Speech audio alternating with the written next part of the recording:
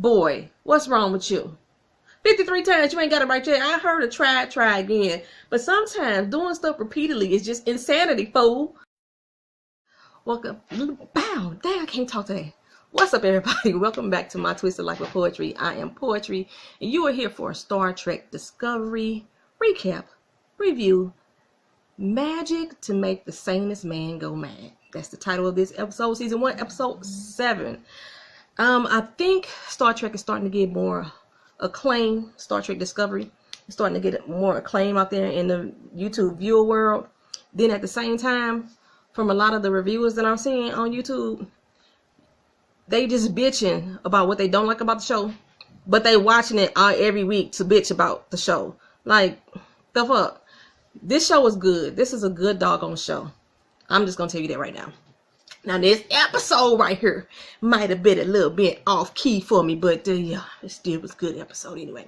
So anyway, Michael, she's finally acclimated to the ship, or she's getting acclimated to the ship and becoming one with the crew of the Discovery. She finally finding her place. Her day has become so routine though. You know, she gets up, she go to work, she happy. She even like what she's doing. She done made a friend in Sylvia Tilly, who I call Seal.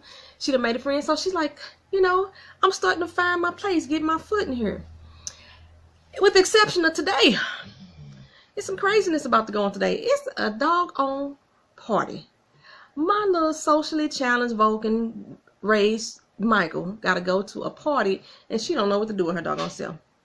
So she shows up at the party. They got the Wyclef John banging in the background. You know, everybody turning up. Tilly is getting lit. Seal out there like, whoop, she getting towed up, right? Flirting with all the boys, this, that, and other. And Michael is like kind of impressed, but at the same time, like, what did I just walk up into type of situation going on? And she sees Tyler. She even admits that she thinks she might like him, but she ain't sure. She don't know what that feeling is, know how to process that feeling. So Seal come up to her like, hey girl, what's up? What's going on with y'all two? And she was like, what you mean what's going on? Ain't nothing going on with us. She said, well, why ain't it? You know, that type of situation. I am not here for the Michael Tyler hookup. I'm letting y'all know that right now. I'm just not here for it. I don't like the dude. Something fishy with him, and he not attractive to me. So I'm so not here for that hookup. But whatever. So Tyler is up there, you know, giving a shout out to everybody on the ship, you know, pulling a little lick out for the fallen soldiers. And then the lights flicker. Michael like, what the lights flickering for? This ship ain't got that type of backup generator type stuff going on. Our lights should be flickering at all. See her like, shh, drink a little more liquor, girl. That's all I'm worried about up in here. Then all of a sudden, Tyler come over there talking to her. And it's this awkward flirtation going on that she really ain't catching on to. And he really playing on her inability to like really socialize. You know, he puts it off like, well, okay, well, he kind of jokingly puts it off, but almost like he in his feelings at the same time, which makes her feel even more awkward. You know what I'm saying? So they get a call though, over the comms. It's the bridge. Get your butts up here, Michael and Tyler. Get on up here. So they run to the bridge, and as they head into the bridge, they run into Boss Man and Culver in the hallway, crash into him, knock some stuff out of his hand. But Boss Man is acting extra happy for some reason. I can't understand why he acting so happy. And he turned to Michael too and said, hey, what's up with you and Tyler? Like, why is everybody asking what's up with her and Tyler? And she like, look, I don't want to be inappropriate. Or Tyler tell him that she don't want to be inappropriate, because on a little walk, he was asking, you know, how did she get along with other people on the ship? She was on it for 7 years, and she was like, you know, we weren't supposed to date, you know, people who was under our rank type of situation. That's inappropriate. So that's why when Boss Man asked what's going on, Tyler was like, she just don't want to be inappropriate. And she's like, what? Like, wait, what happened? You know? So they get onto the bridge, and they find out that some big ass space bat, that's what it looked like to me, is out there floating around in space, and it's supposed to be an endangered species. So according to the Endangered Species Act, they're supposed to bring it on in, take care of it, making sure it's healed, and get ready to put back out there into the wilderness, right? Okay, so while they going around the little scientist people out there, you know, scanning the body of the little thingamajigma. And they say, hey, something ain't right here. As soon as they say something ain't right here, out steps a doggone person, blasting their butts away like pop, pop, pop, pop, pop. Well, I gotta do my laser sound because they pop, pop, pop, pop, pop. He blasted them away. Michael dip and dab and get down and get around. I thought Tyler got shot. That's what it seemed like to me. That Tyler got shot. Michael gets out of the line of fire. They get down to the bridge and she said, hey, some fool up here shooting up the place. They lock the bridge down. They get him trapped in there. He take off his hood, his hat, and who do it be? Oh, Mud. Mud done got his dirty butt up on the ship. He done creeped himself inside his doggone big old thing. Bat. They called it a space whale. I called it a bat, but they said it's a space whale. He mad as hot Cheetos, baby. And he like, how you dare you, Captain, leave me behind on the Klingon ship? He saying, just because of that, I'm gonna sell your ship to the Klingons, and I'm gonna kill you 1,000 times over and over and over again. And Captain is like, boy, bye. That ain't gonna go down like that. Well, Mud, he didn't like that. He didn't like that answer. He said, you know what? I'm gonna blow up this doggone ship. Oopsie daisy. Big old explosion. They lose floors 2 through 6 of the doggone Discovery. And all of a sudden, after the explosion, you back at the party.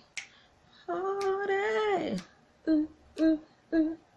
Party. Now the music a little different this time. It's still Wyclef Jean, but I noticed it's on a different verse. It's on the Staying Alive. Staying alive, staying alive. All right, so from the party, all the events are pretty much the same till they get into the hallway. I gotta stop dancing. This time they don't bump into Boss Man. I'm like, okay. They made it to the conversation all the way to the elevator. And as they about to enter the elevator, Boss Man run up on them. He like, hey, let me tell y'all. We in a doggone time loop. Something ain't right. Something's wrong. We having a deja vu moment. Come to find out, like I said, the space bat is a whale. Is what they called it. And upon hearing that they was going to beam it on board, Michael tried to delay the request. Like, hey, don't beam this sucker up here. Saru and Captain like, look, we got that doggone EPA thing, the Endangered Species, the ESA, the Endangered Species Act. We got to do it. They beam it up on board. The bridge locked out of commands. Nobody know what the heck is going on. So Michael and Tyler are put on immediate alert. Michael's like, look, let me go check it out. Tyler like, you know, I'm gonna bring my gun in too. So this time they go check it out, right? And this time Mud don't step out. I'm like, okay, where the heck did he go? How has time changed this much? Okay, he don't step out. But this time the spore drive is activated and ready to jump. And the captain's like, who the heck authorized that jump? Shut it down. The crew like, we ain't got nothing to do with this. He tried to tell the computer, hey, computer, shut that stuff down. Shut it down. And the computer ain't listening to his commands. Like, I don't know what you talking about. So now everybody tripped up like, who got control of the commands? I'm choking y'all up. I don't really think you're supposed to drink water while you're choking, but maybe it was just a tickling in my throat. They get into engineering bay. And who was sitting in there all prim and proper? Well, there go Mud. Like this time, like I said, he ain't in the belly of the beast this time. He in the doggone engineering bay this time. So Mud is sitting up there having him a little space beverage. I'm not sure exactly what it was. Probably was some yak. Mud tried to tell him, look here, I need y'all to tell me how this ship run. Look, I'm tired of killing y'all over and over again. I just need to get done so I can get the hiccup out of here. Tyler fires upon him. Right? Big blue shield. Apparently, he got some doggone force field around him, keeping him from any harm. Who knew? So, Mud, he done took over the computer. He is trying to urge them, look, y'all go ahead and give me what I need to get this doggone ship running so I can go sail this ship to the Klingons. Boss Man sneak up behind him and blast him in the hoo-ha. He gone. Bye, Mud. Bye. So, he tries to convince them, Boss Man, try to convince Michael and Tyler, look, we done this before. We did multiple times, actually. So, it ain't just been like one time. And when Mud told the captain earlier, I'm going to kill you like 1,000 times over, he meant that literally speaking. This is resetting over and over again. Captain, you get killed 1,000 times over. And he like, I just need y'all to help me out. You know what I'm saying? He said, we only got a few minutes before the ship actually blows up again. Every time it blow up, the time reset. And like I say, each time they do it, it's a different verse of Staying Alive, Wyclef Jean version, playing up in the club, and the dialogue changes. They get more conversation into what they're talking about, you know, into each other's feelings, all that, you know. And this time, Boss Man come to try to find them up in the club. It reminds me of a club on a cruise ship. If y'all ever been on a cruise, and y'all go into the little club on the cruise ship, that's exactly what that room looked like. Are they filming this on the cruise ship? Anyway, so he runs in and finds Michael in the hallway. Because they already got the call to leave out, and he tried to warn her. I don't know where Tyler is at this moment. So Culver requests the captain, hey, come on down to sick bay. So when he board the elevator get rerouted. And I'm like, when the doors open, I'm thinking it was Tyler who fell through the door all extra dead. Y'all let me know if that was Tyler or not. But then the one person I do realize, there's Mud again. The captain seems shocked to see him, but not shocked. This man don't show no real emotion. Like, this Mud, you left him back on the Klingon land or whatever, in the Klingon ship, in the Klingon custody, in jail. And all of a sudden, he done popped up on your doggone ship, and that's all you like, how'd you get here? I just didn't get his reaction. Show some more emotion in the captain. Shoot. Make me a believer. But so, they are going through a 30-minute time loop, apparently. And I'm not clear on, like I said, on how the scenarios are changing so drastically. But I guess Mud is responsible. This is like 50-11 time doing this. And I'm like, what is it that he's trying to figure out? What hasn't he gotten after all these doggone times? And he tell her, look, I'm the one that sent the message for you to sick bay. It wasn't over your doggone message. And again, he takes over the computer. So, in the meantime, Boss Man is convincing Michael that the loop is happening. Although they are running out of time again before the next one. So, he tells her to talk to Tyler. But hell, she ain't gonna remember, like, to talk to Tyler because time finna run out. So, they had to figure out a way for her to trust him more quickly. So, she had to, pass on little secrets, speed up her belief in him. Share a little secret with me. So, we go back to Mud. And that fool has let us know he has killed the captain 53 times. I told you I was close. I said 50-11. 53 times he done killed the captain. Like, 53 times and you ain't succeeded in your journey yet, Mud. Boy, what's wrong with you? 53 times you ain't got it right yet. I heard a try again. But sometimes doing stuff repeatedly is just insanity, fool. Doing the same thing over and over again. You ain't got there yet. Well, he tell the captain, look, I'm gonna kill you again. I'm so sick of killing you. It's getting on my doggone nerves. It ain't even no fun no more. And the captain looked like, you kill me? His reaction just not feeling. I'm not getting the captain's reaction. Like, I would be more excited or something. I don't know, maybe just this cool demeanor that he don't want to show no emotion. But you ain't the Vulcan. I don't know. Even the Vulcan is like hard pressed. Or that Vulcan raised. It's hard pressed. So, this time, Boss Man comes in and convinces her very rapidly. She convinces Tyler very rapidly, and after they confess their affection for each other, that I'm not going to harp on because I'm not here for it. He plants a seemingly nice kiss on her. Yeah. Nothing for me. I didn't get nothing from that. Anyhow, Tyler tells her he knows about Mud, his previous criminal activity, and I'm like, Tyler, you sure do remember a lot about Mud. I mean, you remember detailed, specific dialogue. That's, interesting. I don't trust him. I told y'all. But now they figured out that he must have a time crystal that he's using, because there was something in what Tyler remembered from back in the day while they was in jail together. That was Mud. The prisoners really give all that talk. I didn't do that when I was in jail. I didn't be talking to y'all, give me all my doggone business. I was innocent. Anyway, they make it to the bridge. The captain is already dead. Mud done took him out again. He and her giving his grand speech again about, I'm tired of killing y'all. Come on now, just give me what I need to have. Tyler fires upon him again. Shield action. And then he gets painfully dematerialized. Well, he didn't thrall or scream about, which I would assume one in pain would do when he got killed, because Mud said this is the most painful death ever. He just looked like he was having a seizure, and he died, And Michael go, all in her feelings. And she tried to rush him, and Saru blocked her. Like, hey, wait, hold it, slow it down, slow it down. Surprisingly, his little ganglions wasn't going off either. So I think that's kind of like a error in direction there, because every time he in danger, his little ganglions pop out, and he didn't pop out one time with Mud. I don't know why. Of course, Mud threatens to kill them all again. Boss man finally said, you know what, take me. I'm what you want. I'm the one that's connected to the Spore Drive. Come on, beam me up, Scotty. So he beamed them up, and they off to the engineering bay. Well, Michael gets on the comms and locates old drunk Tilly. She should be still drunk right now, but she's not. She's in her right mind. But she down at the little space well. And Tilly finds that Mud got a whole damn ship inside the belly of his beast. And now they need to figure out how Mud is resetting time. So the ship apparently has a big old crystal inside of it that's connected to the crystal that he's wearing. I don't know how they realized he was wearing it on his wrist, but they realized all this stuff. Okay. So Michael goes in and tries to negotiate a trade. She said, you know what? I got something that the Klingons want more than our ship. And he's like, what? His ears all perked up, because Mud is all about the money. She said, yeah, I'm the one that killed Takuma.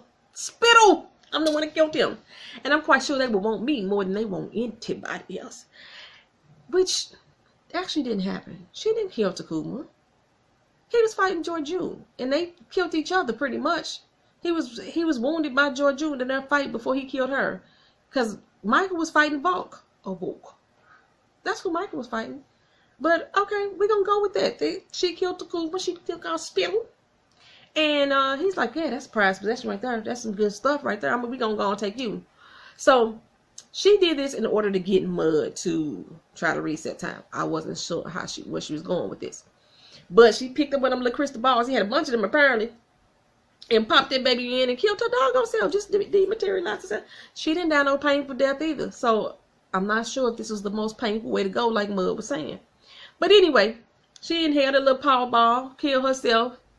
And it forces him to reset time because he's greedy and he wants some money. And he'd rather have her than sail the ship. Or matter of fact, he'd rather have both of them. That's what I think he was going for.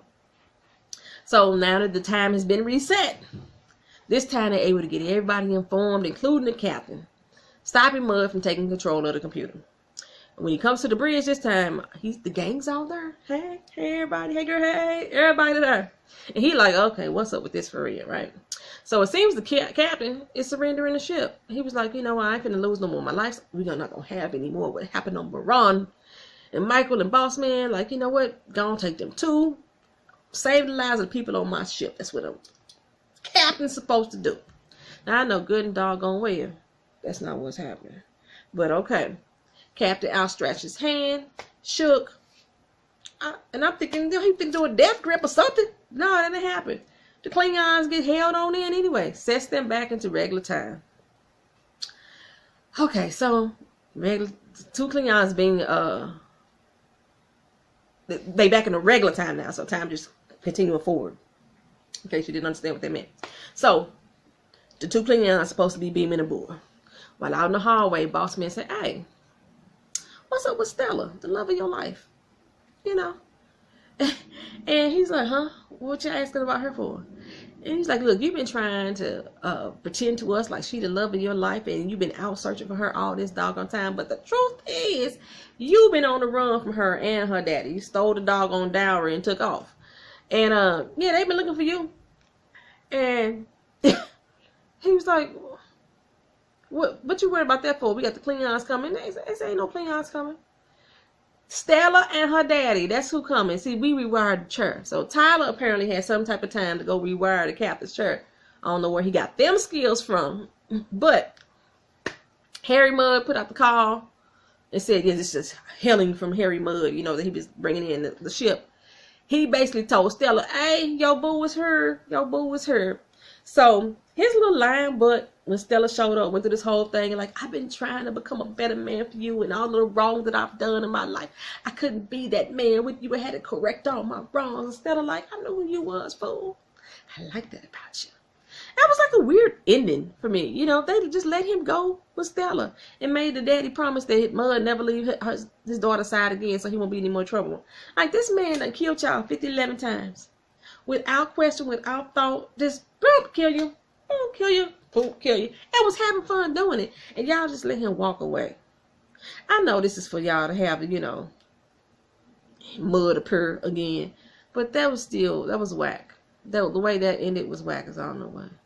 But afterwards, Michael and Tyler, they walk into the end again. And she finally admitted to him, look, boss man told me that you like me.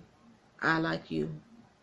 I like you. Do you like me? Check yes. No. I'm a human. Anyway, they confess their little feelings to each other at the end. And again, I'm just not here for it. I'm not happy about it. Whatever, you know. That is the end. That is Star Trek Discovery Season 1, Episode 7. Y'all tell me what y'all think. How y'all felt about it down in the comment section. Let me know what y'all think about this little Michael Tyler hookup that seems to be going on. I wasn't here for it. And 2, the captain's reaction to seeing Mud on the ship. He really seemed like he really wasn't fazed for real. And 3, the fact that they let Mud go at the end. Tell me how y'all feel about that. You know, although I think this still was a good episode, I just didn't like. I didn't like the components of it. But I'm not. They can't please me all the time. You know, I can't be just like, oh yeah, it's the best ever at every show. Something got to be wrong at some point in some time. Okay. That's my daughter letting me know that there's kids dressed up in Halloween costumes out. So I don't know if I should get stuff for the trick-or-treaters. They didn't show up last year.